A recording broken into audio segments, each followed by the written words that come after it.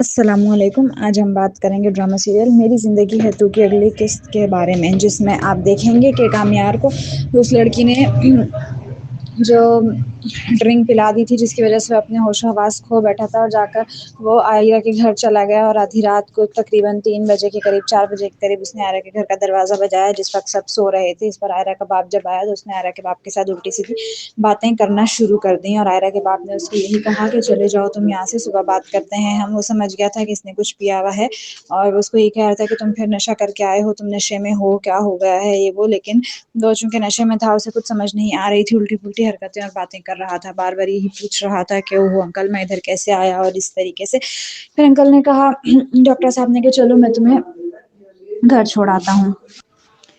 اور اس کے بعد عائرہ کا باپ اس کو اپنی گاڑی میں بٹھا دیتا ہے اس کو گھر چھوڑنے کے لیے، اور پورے راستے بھی الٹی سیدھی عجیب عجیب باتیں ہی کر رہا ہوتا ہے۔ کبھی عائرہ کے باپ کے منہ کے اوپر ہاتھ رکھتا ہے، کہتا ہے آپ کی شکل تو عائرہ کے باپ سے مل رہی ہے، کبھی کہتا ہے او آپ مجھے کہاں لے کر جا رہے ہیں، مجھے تو عائرہ کے گھر جانا تھا، اور کبھی یہ باتیں شروع کر دیتا ہے کہ بس میں عائرہ کو تو بہت خوش رکھوں گا، میں اس کے لیے کتنا بدل چکا ہوں، اور میں اس کو نقصان نہیں پہنچا سکتا، اس کو ہرٹ بھی نہیں کر سکتا، اس کو بالکل سینس نہیں ہوتی کہ وہ کیا بات کر رہا ہے۔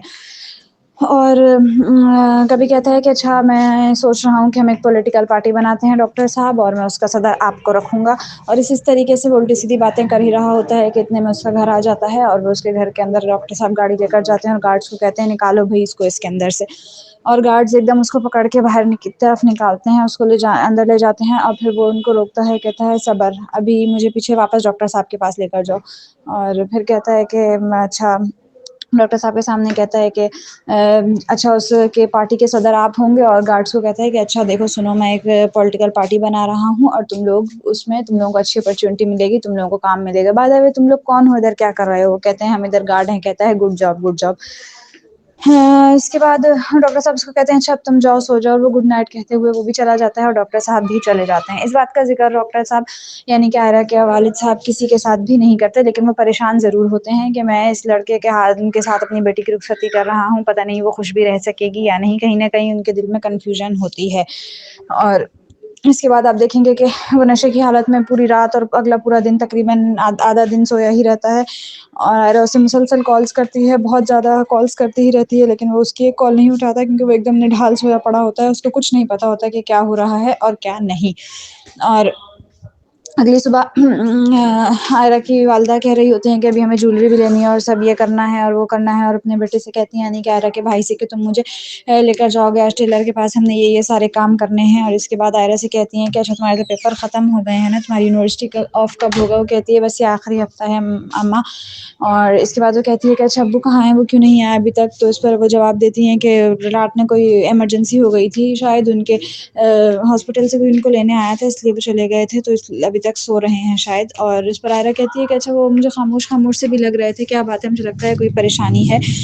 وہ کہتی ہیں ہاں مجھے بھی لگ تو ایسا ہی رہا ہے، لیکن خیر ایسی کچھ خاص بات نہیں ہے، بس وہ مصروفیت چل رہی ہے تھوڑی ان کے کلینک میں۔ اس کے بعد آپ دیکھیں گے کہ عائرہ کے والد صاحب جب اٹھ کر آتے ہیں تو وہ عائرہ سے پوچھتے ہیں کہ اچھا تم یونیورسٹی جا رہی ہو، میں تمہیں ڈراپ کر دیتا ہوں۔ وہ عائرہ کو ڈراپ کرتے ہیں، اور راستے میں یہ لوگ گاڑی میں آپس میں بات چیت کر رہے ہوتے ہیں۔ وہ عائرہ سے پوچھتے ہیں اچھا مجھے ایک بات بتاؤ، تم کامیار کے ساتھ خوش تو ہونا، تمہیں کسی قسم کی کوئی ٹینشن تو نہیں ہے؟ اس پر وہ جواب دیتی ہے کہ نہیں میں بہت خوش ہوں۔ اور وہ پوچھتے ہیں مجید کے اچھا اب تو وہ بدل گیا ہے نا، کہتی ہے ہاں وہ بہت بدل گیا ہے، یس ہی ہیز چینجڈ ہمسیلف،